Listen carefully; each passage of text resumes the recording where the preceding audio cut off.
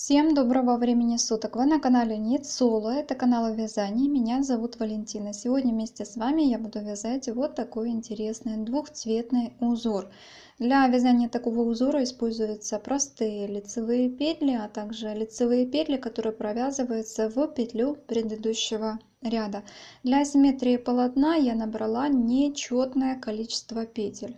То есть, чтобы полотно выглядело и в начале, и в конце одинаково, нужно набрать нечетное количество петель. Раппорт данного узора состоит из 2 петель по горизонтали и 4 рядов по вертикали. Узор провязывается достаточно просто. 2 ряда провязываются одним цветом, 2 ряда провязываются другим цветом. Кромочные в моем образце, первую кромочную я снимаю не провязанной, последнюю кромочную я провязываю изнаночной. Итак, приступаю к вязанию первого ряда раппорта данного узора. Я сейчас вяжу розовой нитью. Я сняла первую кромочную не провязанной на правую спицу, следующую петлю после кромочной я провязываю обычно лицевой. Вторую петлю я провязываю тоже лицевой, но в петлю предыдущего ряда. Вот я провязываю обычно вот так лицевую, а для того, чтобы провязать в петлю предыдущего ряда, я ввожу спицу чуть ниже. Вот здесь петля, а вот еще одна петля чуть ниже. И вот во вторую петлю я ввожу сейчас спицу, захватываю рабочую нить и вытаскиваю петлю на правую спицу. Следующую петлю после этого я провязываю лицевой. Затем следующую петлю я провязываю в петлю предыдущего ряда, тоже лицевой. Следующую петлю я провязываю обычной лицевой. Следующую петлю я провязываю в петлю предыдущего ряда. Следующую петлю я провязываю обычной лицевой.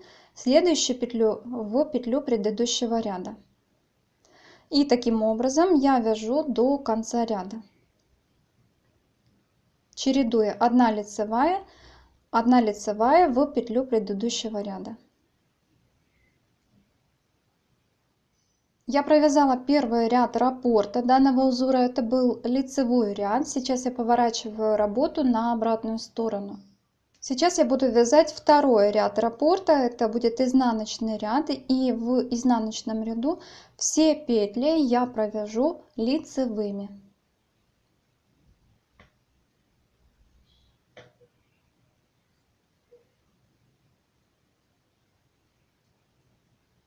Я провязала изнаночный ряд до конца лицевыми петлями. Мне осталось провязать последнюю кромочную петлю, которую я провязываю изнаночной. Но перед тем, как ее провязать, я сейчас поменяю цвет пряжи.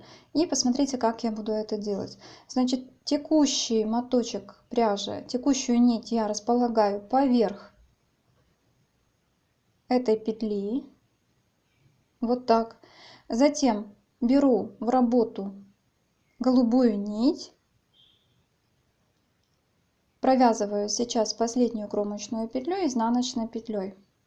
Изнаночный ряд полностью провязан до конца, я поворачиваю работу на лицевую сторону.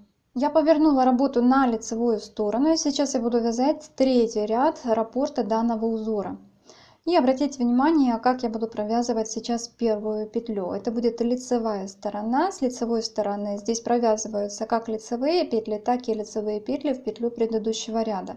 Значит, первую кромочную сейчас я снимаю не провязанной, а следующую петлю я провязываю в петлю предыдущего ряда лицевой. То есть я ввожу не в эту петлю, которая на левой спице, а в ту петлю, которая чуть ниже.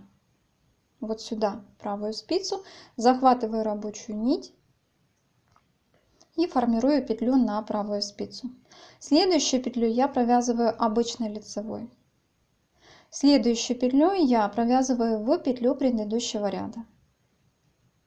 Следующую петлю я провязываю обычной лицевой. Следующую петлю я провязываю в петлю предыдущего ряда.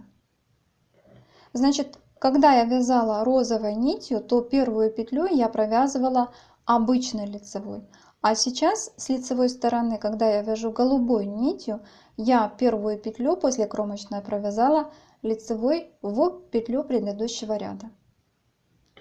Можно где-то себе записать, что, допустим, один цвет провязывается первая петля после кромочной обычной петлей лицевой, а другой цвет первая петля после кромочной провязывается в петлю предыдущего ряда. Это с лицевой стороны. Итак, я предыдущую петлю провязала в петлю предыдущего ряда, следующая петля лицевая, следующая в петлю предыдущего ряда, лицевая, следующая в петлю предыдущего ряда. И таким образом я вяжу до конца текущего ряда. Я провязала третий ряд раппорта данного узора до конца, и сейчас я поворачиваю работу на обратную сторону. С изнаночной стороны я сейчас буду вязать четвертый ряд раппорта данного узора, и все петли данного ряда я провяжу лицевыми. Первую кромочную снимаю, дальше вяжу все петли лицевыми.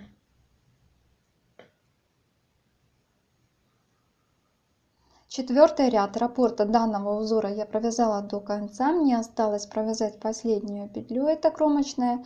Я ее провяжу изнаночной, но перед тем как провязать данную петлю, я поменяю цвет пряжи. Сейчас у меня в работе голубая нить, я ее оставляю, кладу поверх этой петли, беру в работу розовую нить.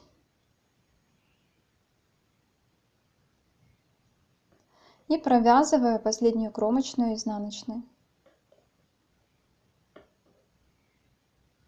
Четвертый ряд раппорта данного узора провязан до конца. Я повернула работу на лицевую сторону, и дальше узор будет повторяться, то есть начиная с первого ряда раппорта, который я вам показывала в самом начале розовой нитью. 2 ряда провяжу розовой нитью лицевой и изнаночной, 2 ряда потом голубой нитью лицевой и изнаночной, и таким образом чередуя цвет пряжи я буду вязать нужную мне высоту полотна. Как вы видите, узор достаточно прост в выполнении, главное запомнить, какая первая петля провязывается лицевой, а какая первая петля провязывается лицевой в петлю предыдущего ряда. Можно ориентироваться по цвету и записать.